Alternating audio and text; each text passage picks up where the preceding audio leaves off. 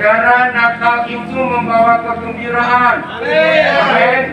Dan kegembiraan gak cuma setiap Natal akhir tahun saja, tapi setiap hari ada kegembiraan. Nah, itu yang kita harus bawa kepada dunia ini. Apalagi hari-hari ini ketika pandemi COVID-19 sedang merajalela. Kita bersyukur obatnya belum ketemu sampai hari ini. Amin. Loh, kenapa bersyukur? Supaya dunia tahu. Ya, serius. Dunia mempercayai untuk mengalahkan COVID-19 itu tergantung suasana hati kita. Betul tidak? Tergantung suasana hati kita. Kenapa? Karena yang menyembuhkan itu tubuh kita sendiri. Yaitu kalau ada hormon endorfin yang kuat bekerja. Nah, hormon endorfin itu keluar dari syaraf pusat kita karena hati yang selalu gembira. Arti gampangnya, orang gila hampir nggak ada yang kena COVID. Katakan amin. Amin. Tapi Tuhan nggak ingin kita gila dulu baru nggak kena COVID. Tidak. Ya. Dan itu betul. Itu luar biasa. Ada istilah self healing. Jadi kuasa yang menciptakan di tubuh manusia untuk menyembuhkan diri sendiri. Nah, jadi obatnya belum ada, vaksin itu pun tidak menjamin. Karena kekuatan vaksin ada kadaluarsanya. Saya nggak tahu, bilang 2 bulan, bilang 6 bulan. Nah, kalau habis berarti divaksin lagi. Aduh, ribet benar. Maka itu Natal membawa suasana sukacita gembira. Amin. Kenapa? Nah, karena Tuhan Yesus sudah hadir di dunia ini. Kita buka Yesaya 9. Oh, ini luar biasa. Yesaya pasal 9. Nah, sebetulnya mulai pasal 8 ya. Tapi terkenalnya mulai pasal 9. Kita lihat dulu. Ya, lihat. Ada beda penulisan dalam bahasa Inggris dan bahasa Indonesia. Ya, Yesaya pasal 9. Tapi di bahasa Indonesia dimulai Yesaya 8 ayat 23. Ya. Apa judulnya? Ayo, Yesaya 8 ayat 23. Judulnya apa? Cepat. Mana yang lain? Ayo baca. Yang bawa Alkitab. Saya mau baca semua dengan suara keras. Yesaya 8 ayat 23. 1, 2, 3.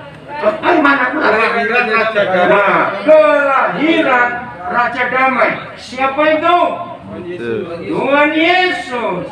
Apa yang terjadi kalau dia lahir? Nah, perikop ini diakhiri di pasal 9 ayat 6. Nanti kita akan membacanya. Ini Natal, sukacita bagi dunia. Masih ingat ketika malaikat-malaikat yang membawa berita pertama kepada dunia ditujukan pertama untuk para gembala yang ada di Bethlehem padang Efrata. Masih ingat kata kepala malaikatnya apa? Hari ini telah lahir bagimu ya seorang juru selamat manusia di dunia. Maka ada apa di bumi? Damai di bumi kepada manusia yang berkenan diperkenan Tuhan. Itu Natal. Apa yang terjadi? Lihat ayat yang ke-23 Yesaya 8. Tetapi ada apa? Baca, tetapi tidak selamanya akan Allah kesuraman untuk negeri yang terimpit itu. Pelan-pelan. Tahun 2020 ini tahun yang menyusahkan dunia, betul tidak? Belum pernah dalam dunia mengalami penderitaan seperti tahun 2020 ini. Sampai akhir tahun tiba belum selesai. Bahkan tidak ada tanda-tanda COVID ini akan berakhir. Saudara, kita terimpit. dunia terhimpit, betul tidak? Karena COVID-19. Tapi janji Tuhan tidak untuk baca. Ayo baca Alkitab Tuhan. Tidak untuk selamanya. Akan ada kesuraman untuk negeri yang terhimpit itu. Kalau dahulu Yahweh meredakan tanah Zebulun dan tanah Naftali karena mereka melawan Tuhan, maka di kemudian hari Yahweh Tuhan akan memuliakan jalan ke laut, daerah seberang sungai Yordan, wilayah bangsa-bangsa itu. Wah, ini janji Tuhan. Amin. Maka itu gereja sebagai anak-anak Tuhan, perwakilan Tuhan di dunia, kita harus membawa berita gembira ini. Yang terhimpit, sebentar lagi Raja Damai datang, semuanya lepas. Ya, jalan negeri-negeri yang dihukum karena kesalahannya, oh Tuhan akan memuliakan jalan kau ke daerah-daerah itu. Terima kasih, wilayah bangsa-bangsa akan diberkati oleh Tuhan. Ayat 1 pasal 9. Bangsa yang bagaimana? Yang berjalan di dalam kegelapan. Sekarang ini bangsa-bangsa mengalami kegelapan yang luar biasa. Sungguh semua proses hidup mengalami perubahan yang dahsyat, ngeri sekali. Contoh kecil saja, contoh kecil. Maaf ini ya, jangan mikir yang macam-macam.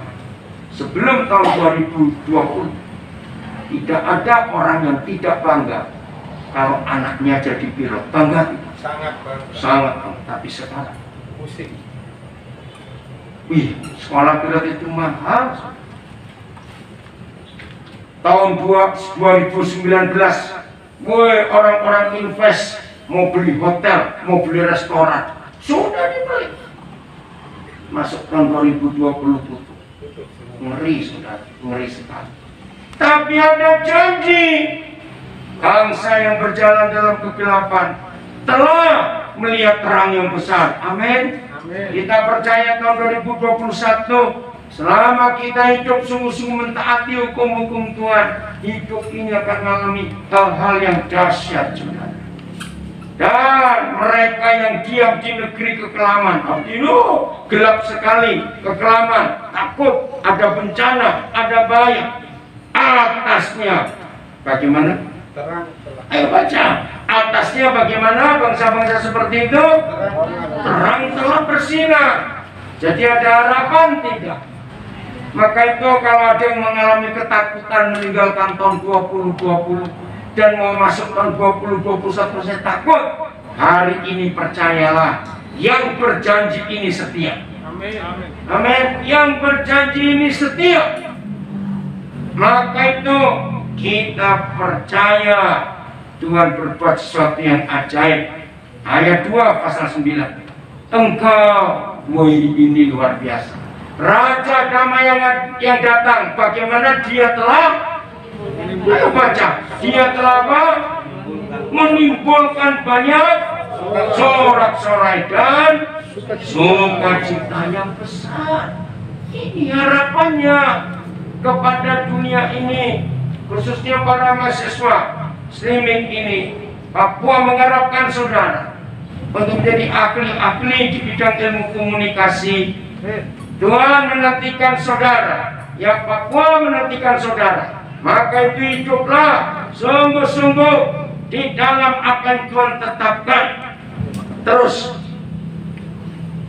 maaf, dan sukacita yang besar. Mereka telah bersukacita di hadapanmu, seperti sukacita di waktu panen, seperti orang bersorak-sorak di waktu membagi-bagi jaran. Amin.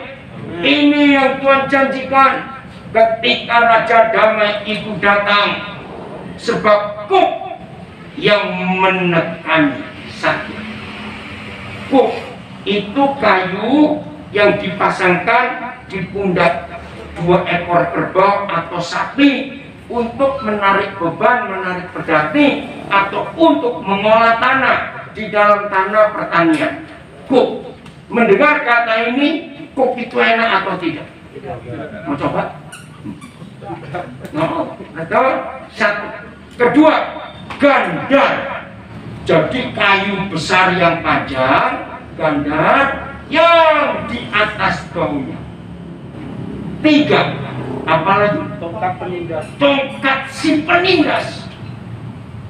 Nah, 3 hal ini yang secara fakta menekan seluruh umat manusia selama pandemi ini ada.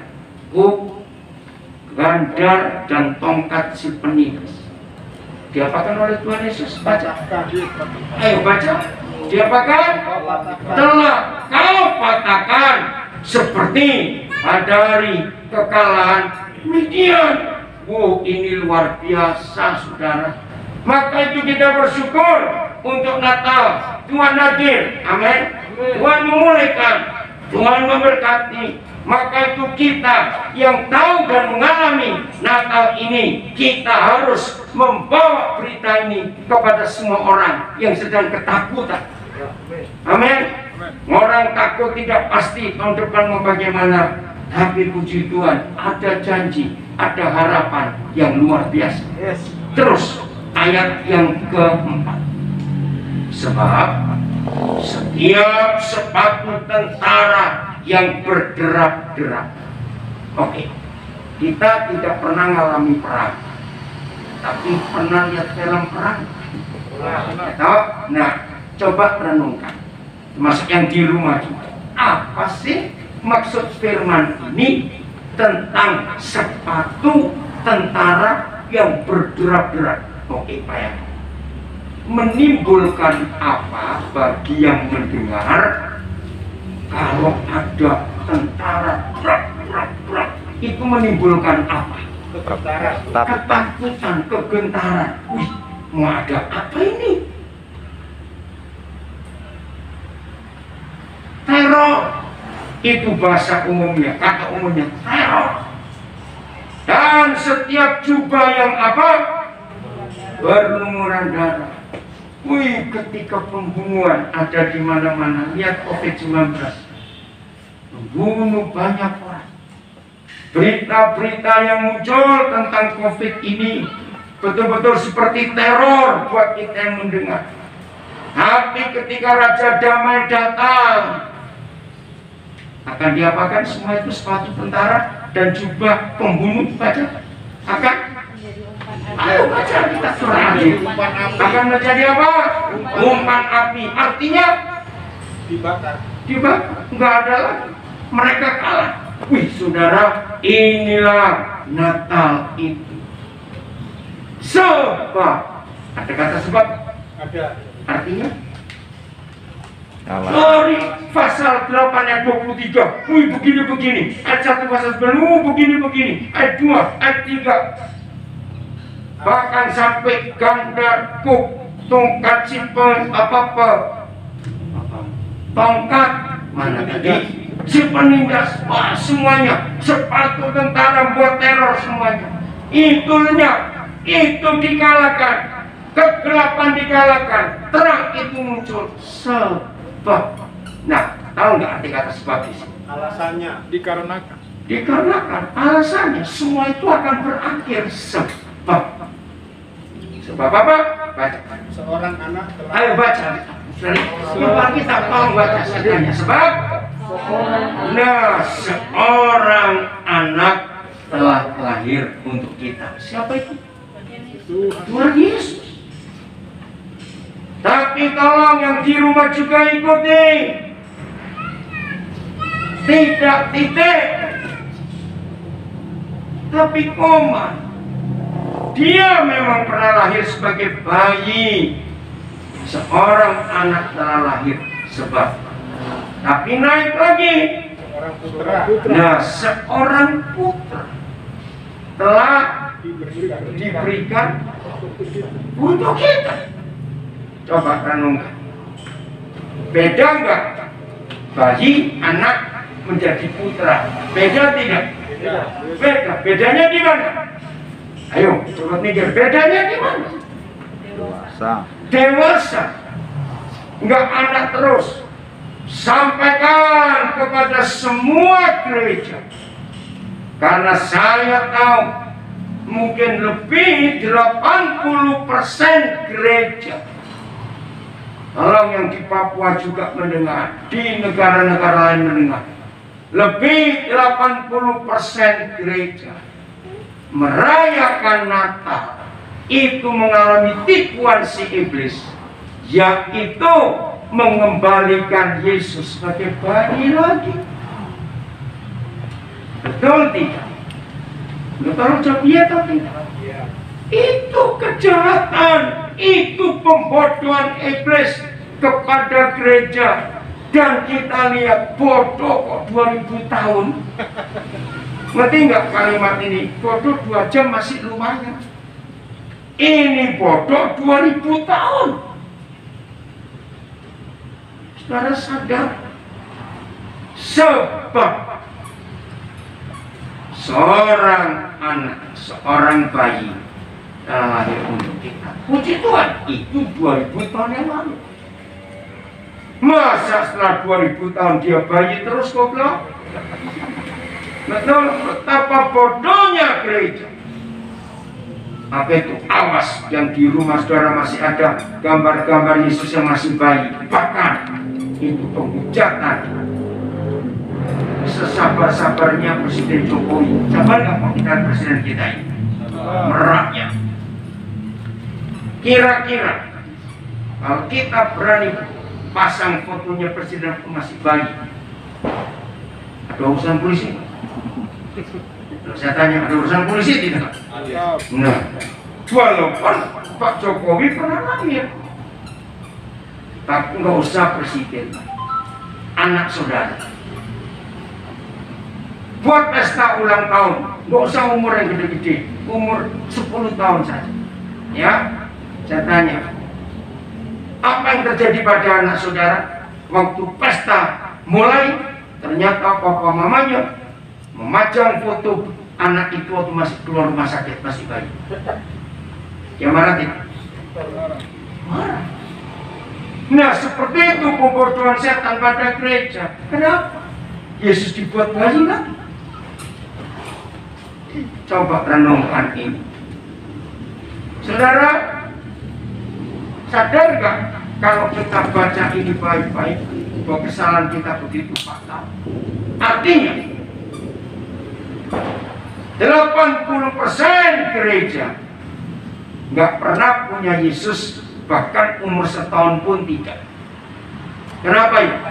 Pak saya ngomong ini, bahkan umur setahun aja tidak. Karena tiap Natal balik lagi. Nah, kalau betul-betul Yesus lahir tanggal 25 Desember, kalau itu betul, padahal nggak ada tulisan yang jelas, berarti bulan November tanggal 25 Yesus umur berapa? 11 bulan. Yang lain jawab cepat, ajak mikir. Tanggal 25 November Yesus umur berapa? 11 bulan. 11 bulan. Begitu mau setahun dikecilkan lagi. Betul enggak? Kenapa tiap tanggal 25 Desember dia balik lagi? Ini kegoblokan gereja, ditipu iblis. Padahal firman ini jelas, dari anak menjadi putra. Dan tidak cukup jadi putra. Lanjut. Lambang pemerintahan ada di atas bahunya. Ini luar biasa. Saudara pernah nggak saudara kagum dan heran? Seluruh sistem negara di dunia hampir nggak ada yang sama. Sistem pemerintahan, sistem politik, beda atau tidak?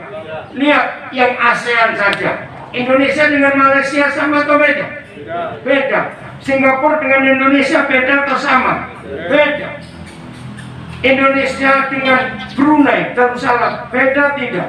Beda. Semuanya beda. Sistem ekonomi, sistem kesehatan beda. Sistem pendidikan masing-masing negara beda. Tapi satu yang sama, sistem militer. Itu luar biasa. Sehingga militer itu pangkatnya, jenjangnya di bangsa apa saja sama. Pernah sadar nggak bahwa sistem militer itu sistem kerajaan surga yang dipakai sama oleh seluruh dunia? Ini luar biasa. Nah, salah satu sistem militer yang sudah tercatat Kalau Yesaya ini ada 800 tahun sebelum Tuhan Yesus datang. Berarti sampai sekarang sudah hampir 3000 tahun. Hampir 3000 tahun sistem militer itu sama. Gini, pernah lihat ada tentara, ada polisi, di lengannya jejer-jejer pangkat. Pernah nggak? Ya. Pernah? Sebanyak apapun pangkat kalau di lengan. Ayo, ngerti maksudnya? Beda nggak dengan satu aja titik di bawah? Betul? Nah, ini ayat. Dari bayi menjadi putra. Dari putra Ada lambang pemerintah. ya ada apa? Punya apa berarti? Pangkat yang tinggi karena di bawah. Oh, ini luar biasa. Sebab, nah, kalau gereja tidak mempercayai Tuhan yang di fase ketiga, yaitu punya pangkat di pundaknya, berarti gereja itu masih percaya yang mana dari 3 tingkatan ini? Ayo, gereja masih percaya mana dari 3 tingkatan ini? Putra. Baik. Bahkan putra aja tidak. Baik. Ini luar biasa, saudara. Luar biasa apa? Gobloknya itu. Masa Yesus bayi terus? Tidak mungkin. Nah, sekarang jujur, tanya pada diri kita masing-masing. Buat dirimu, Tuhan Yesus itu siapa? Sampai di mana? Posisi yang kita berikan kepada dia. Ini kebenaran yang sangat hebat. Coba jujur, masih banyak nggak gereja yang membuat Yesus bayi lagi waktu Natal? Saya tanya, masih banyak tidak? Banyak. Dan itu kesalahan kita. Lambang pemerintahan ada di atas baunya. Berarti Tuhan Yesus punya otoritas. Amin. Ini yang hebat sekali. Beri tanda Yesaya 9. Nanti kita kembali. Saya mau buktikan. Markus 10 ayat 47. Coba lihat Markus 10 ayat 47.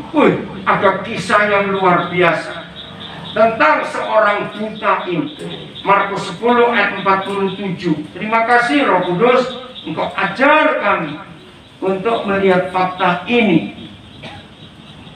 Ketika didengarnya, siapa yang mendengar ini? Orang buta. Ayo, orang buta namanya Bartimius. Setelah didengarnya bahwa yang rame-rame ribut-ribut itu adalah rombongan siapa? Yesus. Yesus orang Nazaret. Jelas Bartimius yang buta tahu itu Yesus orang Nazaret. Dia tahu. Tapi yang aneh, mulailah ia berseru. Baca. Ayo intonasi. Kalau ada mulai berseru, intonasinya 1, 2, 3. Yesus anak Daud, kasihanilah aku. Saya lupa di tahun berapa tiba-tiba Roh Kudus menyadarkan saya. Selama itu saya khotbah salah. Mengapa Bartimius yang tahu bahwa itu rombongan Yesus orang Nazaret, tapi waktu dia berseru, bukan Yesus orang Nazaret, kasihanilah aku, tapi dia berseru panggil siapa? Yesus anak Daud. Ini rahasia yang luar biasa. Yang buta saja tahu. Yesus tidak dianggap putra, anak pemuda atau seorang pemuda. Ini ceritanya. Masih ingat ketika Tuhan Yesus baru lahir, siapa yang ingin membunuh dia? Herodes. Yusuf dan Maria tidak tahu.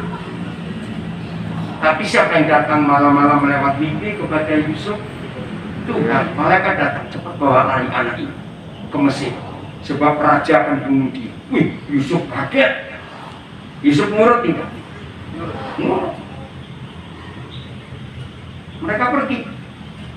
Herodes nggak tahu bayi itu, raja itu ada di mana. Berapa tahun kemudian, jadi Tuhan Yesus mungkin kira-kira umur remaja, ya nggak tahu berapa tahun, atau di bawah 10 tahun. Alkitab tidak menjelaskan, nggak penting. Mimpi lagi, sudah mati raja itu, kamu balik. Nah, ayo ingat, sebelum mereka sampai Bethlehem, Yusuf dan Maria tinggal di mana? Ayo, waktu pemilihan umum tuh, pemilu kan suruh pulang semua orang-orang ke daerah kelahirannya. Yusuf dan Maria di mana? Ayo, waktu Gabriel datang kepada Maria di desa Nazaret. Nah, setelah Herodes mati, maka Yusuf balik ke Bethlehem atau ke Nazaret? Ayo Pak, jawab. Yusuf dan Maria balik ke Nazaret atau ke Bethlehem?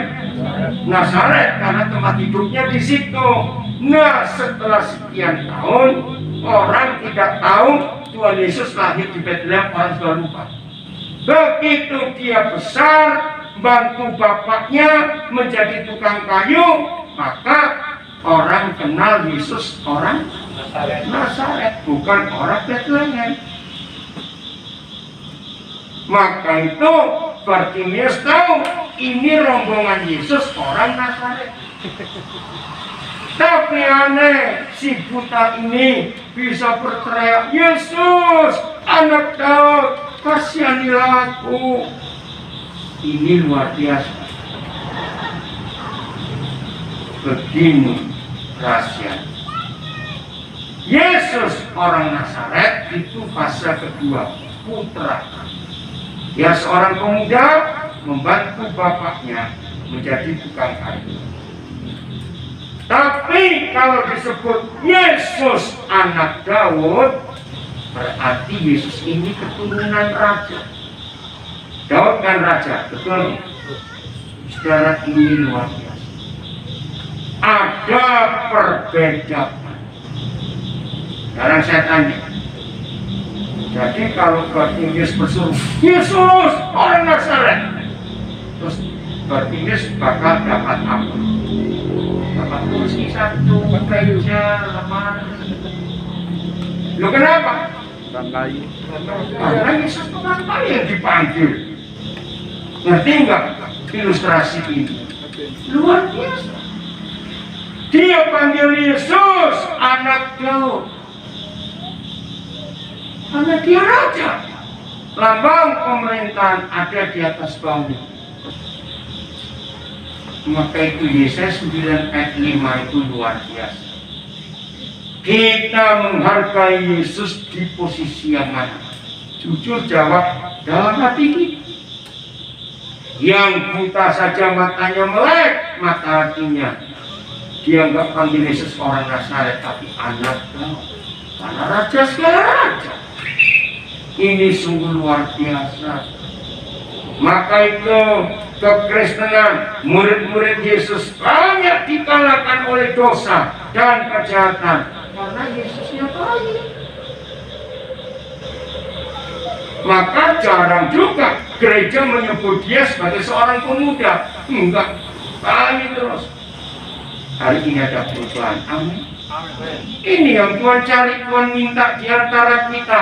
Kita menempatkan Yesus pada posisi yang mana di dalam hidup kita. Terpujilah Tuhan. Kalau posisinya raja, segala raja, oh kita akan punya otoritas yang hebat sekali. Karena kita menikmati kekuasaan Tuhan Yesus sebagai raja itu. Maka itu Natal tidak akan ada artinya kalau kita salah menempatkan Tuhan Yesus. Kalau kita salah memposisikan Tuhan Yesus. Betul tidak? Tidak ada Tuhan. Lanjut. Kembali Yesaya 9 ayat yang kelima, belum selesai. Udah sampai lambang pemerintahan di atas bawahnya, koma, baca. Dan ayo 1, 2, 3 dan namanya bagaimana disebutkan orang. Stop dulu. Nah ini buat saya kaget lagi. Kira-kira Natal tahun 94 kalau nggak salah saya di revolusi oleh Roh Kudus.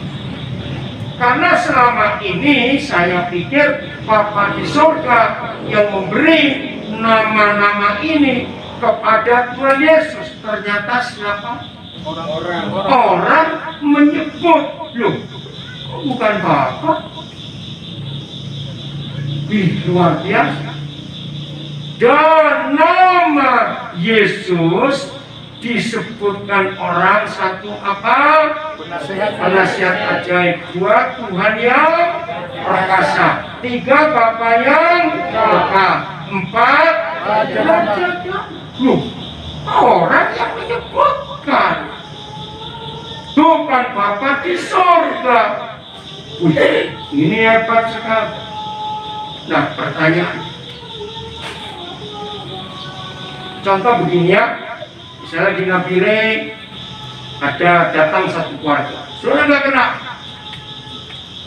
Terus berapa waktu kemudian, saudara tahu, ternyata keluarga ini pintar masak, jual masakannya itu enak-enak. Lalu orang nyebut keluarga ini apa? Tukang masak. Nggak usah ragu-ragu. Keluarga ini disebut apa? Tukang masak. Koki, tukang masak, chef. Orang menyebut karena bisa masak, tukang masak. Ngerti nggak? Kalau orang menyebut Yesus dengan nama 4 menu, berarti Tuhan Yesus kerjaannya apa? Ayo baca lagi. Kerjaannya apa? Nggak usah aku coba jawab.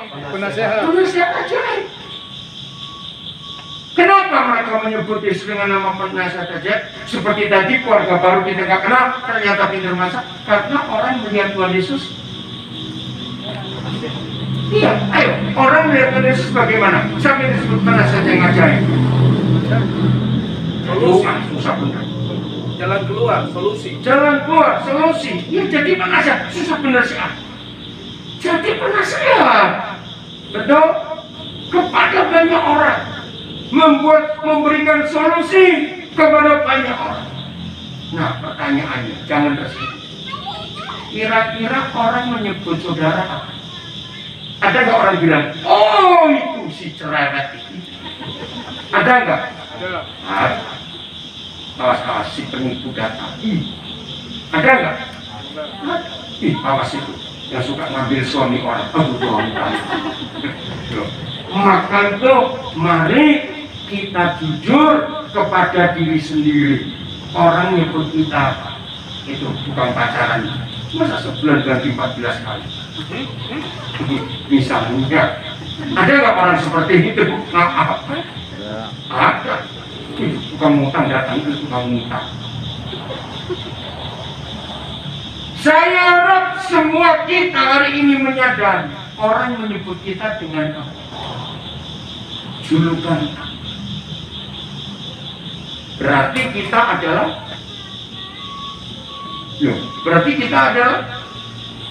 yaitu seperti itu, betul. Karena ini penting sekali.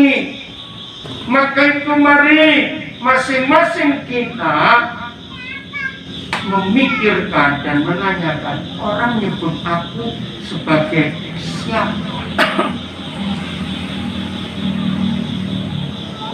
Nama kedua disebut apa? Tuhan Yesus, Tuhan yang perkasa. Artinya apa? Dia perkasa. Dalam hidup Yesus, orang melihat ada Tuhan yang perkasa. Nama ketiga, siapa ini? Bapa yang kekal. Berarti dalam hidup Yesus, orang melihat ada Bapa di surga yang nyata. Yang keempat, ini dia Raja Damai.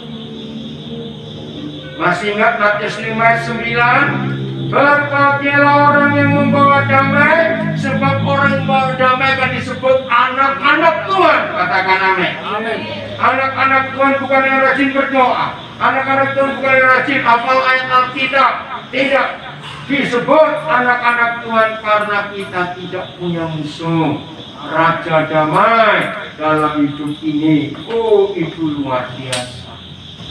Maka itu saudara, mulai hari ini sadari siapa kita disebut orang. Jujur, tanya kira-kira orang nyebut kita dengan julukan apa. Terus ayat 6, kata pertama, kalimat pertama, Besar. ayo, besar kekuasaannya, itulah Yesus. Dan damai sejahtera tidak akan putus-putus. Besar kekuasaannya dan damai sejahteranya enggak putus-putus, sudah. Luar biasa Tuhan kita. Siapapun yang mengikuti di rumah tadi dalam perjalanan dari rumah kami Bethlehem menuju ke Rehoboth sini, dapat telepon seorang saudara di Surabaya dibawa ke rumah sakit karena COVID-19. Saya doakan, saya berkata, nikmati kesendirianmu dengan Tuhan. Nah, siapapun yang mengikuti dari rumah apapun, kalau saudara diputuskan, oh apa reaktif atau rapid, jangan takut. Cuma reaktif itu belum kena, tidak. Ya, bangkitkan tetap semangat saudara untuk hidup dalam damai sejahtera yang tidak berkesudahan ini. Karena obatnya itu di situ, dari dalam kita sendiri. Belum selesai, di atas tahta Daud, nah itu anak Daud tadi, dan di dalam kerajaannya. Nah, itu doa Bapa kami, Bapa kami yang di surga, itulah kerajaannya. Puji Tuhan. Kalau bapaknya di surga, masa anaknya di kantor polisi? Loh, ngerti nggak ilustrasi ini? Kalau bapaknya di surga, anaknya di mana? Di surga tentunya ini di surga juga, ya, supaya kita menguduskan namanya dan datanglah kerajaan. Itu luar biasa. Itulah Natal yang tersediakan buat kita semuanya, karena Ia mendasarkan dan mengokohkannya dengan apa dan apa? Keadilan. Ayo baca, dengan apa dan apa? Keadilan dan kebenaran dari sekarang sampai luar biasa. Nah, kalimat yang terakhir ini saya lama merenungkan. Baca. Kecemburuan. Nah, kecemburuan Yahweh semesta alam akan melakukan hal itu. Coba mikir, cemburu pada siapa? Ya betul enggak? Kecemburuan Yahweh semesta alam akan melakukan hal ini. Hal apa? Mulai dari ayat 23 pasal 8 tadi, yang menindas, yang membuat kegelapan, yang bagi hidup gak damai sejahtera, yang membuat tekanan hidup, ada kuk, ada kandang, ada tongkat penindas, dan macam-macam lagi. Kecemburuan Yahweh akan semesta alam akan melakukan hal ini, membuat kita semuanya jadi orang-orang yang dimerdekakan, orang-orang yang diberkati oleh Tuhan. Amin. Kecemburuan Tuhan itu cemburu dengan siapa? Siapa bisa jawab? Ayo, cemburu dengan siapa? Ayo. Kalau saudara nggak bisa jawab, berarti sama saudara belum tahu. Cemburu dengan siapa? Ayo. Ini sungguh-sungguh luar biasa. Susah. Cemburu dengan siapa? Siapa? Nggak usah ragu-ragu. Salah jawab nggak apa-apa. Ayo. Sama si jahat. Betul. Pak Benis jawabnya betul. Cemburu pada setan yang merusak hidup, yang membuat kegelapan, membuat orang putus asa, membuat orang sakit, membuat orang menderita. Bapak kita cemburu. Nah, kalau ada kata ini, kecemburuan Yahweh semesta alam akan melakukan hal itu, berarti kita bakal bagaimana? Ayo bakal bagaimana kita akan aku? Wah, ini luar biasa. Direbut. Direbut. Sampai dengar kata direbus. Dikukus. Direbut, amin. Kecemburuan Yahweh Tuhan gak rela umatnya, anak-anaknya ditindas, digencet oleh si penjahat itu, diteror oleh sepatu tentara, macam-macam tadi. Inilah Tuhan kita yang berjanji. Jadi Natal itu indah, beri pengharapan bertanya orang, ada pengharapan. Katakan terima kasih Tuhan, Engkau cemburu kepada mereka yang merusak kami. Yang ngomong terima kasih Tuhan, Engkau cemburu kepada mereka yang merusak manusia. Terima kasih untuk itu. Ini Tuhan kerjakan. Bagian terakhir Yesaya 11. Lihat judulnya lagi. Judul ayat 1 Yesaya 11. Ayo coba. Raja damai yang akan datang. Apa yang terjadi dengan Raja Damai? Kalau dia datang, ya ayat 6 saya langsung. Serigala akan apa? Ayo baca, serigala akan tinggal bersama domba. Wih, jadi siapa yang bertobat? Jawab, siapa yang bertobat? Serigalanya. Kenapa dia bertobat? Enggak doyan makan daging. Iya, harusnya serigala itu kan makannya kambing, domba, tapi sudah bertobat, bisa tinggal bersama. Terus macan tutul akan berbaring di samping kambing. Siapa yang bertobat? Macan tutulnya. Wah, luar biasa. Terus belum selesai, anak lembu dan anak singa, wih, akan makan rumput bersama-sama. Siapa yang bertobat? Anak singa. Mau jadi main-main. Terus dan seorang anak yang anak kecil akan menggiringnya. Wah, jadi singanya jadi kucing, itu maksudnya. Karena anak kecil bisa main-main dengan anak singa. Ayat 7. Lembu dan beruang akan sama-sama makan rumput. Siapa yang bertobat lagi? Beruang. Ya, dan anaknya akan sama-sama berbaring. Woi, main-main anaknya, anak singa, anak apa tadi? Anak beruang dan anak lembu. Sedang singa akan makan jerami seperti lembu. Dengar ya saudara, kalau binatang-binatang saja bisa harmonis, rukun, bertobat ketika Raja Damai itu datang, maka kalau kita masih punya musuh, malu kamu sama singa dan beruang. Betul tidak? Mereka sudah bisa berdamai, bisa hidup rukun, bisa bahagia. Harusnya kita. 8. Anak yang menyusul, wih, akan bagaimana?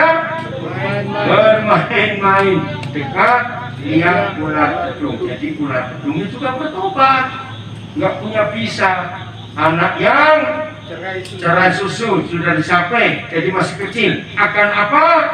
Mengulurkan tangannya ke sarang ular beludak. Ini ular-ular yang berbisa, jahat sekali, tapi mereka bertobat semua. Anak-anak kecil main. Terus ayat 9 bagaimana? Tidak ada yang akan berbuat jahat atau yang berlaku busuk di seluruh gunungku yang kudus. Wah, terima kasih Tuhan. Sebab di seluruh bumi terjadi apa? Penuh dengan pengenalan akan Yahweh seperti air yang menutupi dasarnya. Maka pada waktu itu, waktu kapan? Raja Damai itu datang. Taruh dari pangkal Isai yang sudah dipotong akan berdiri sebagai panji-panji bagi bangsa-bangsa. Dia akan dicari oleh bangsa-bangsa, oleh suku-suku bangsa, dan tempat kediamannya akan menjadi mulia. Saudara, inilah Natal. Mari kita semua mulai hari ini membawa Raja Damai lewat hidup kita ke semua orang. Sehingga kalau orang berjumpa kita, orang berkata, oh itu juru damai. Kita suka mendamaikan orang. Berbahagia atau orang yang begitu? Loh, berbahagia tidak? Daripada kamu takut, kamu wah, jangan sampai terjadi. Inilah Natal. Mari kita beritakan Natal ini kepada sebanyak-banyaknya orang. Karena Natal itu luar biasa. Raja Damai itu dahsyat. Jadi jangan punya musuh. Ampuni semua orang yang pernah menipu, menyakiti, membohongi, merugikan, mengecewakan. Ampuni. Bahkan orang memfitnah pun kita berkati. Amin. Itu janji Tuhan. Selamat Natal, selamat tahun baru. Tuhan Yesus memberkati kita semuanya. Haleluya.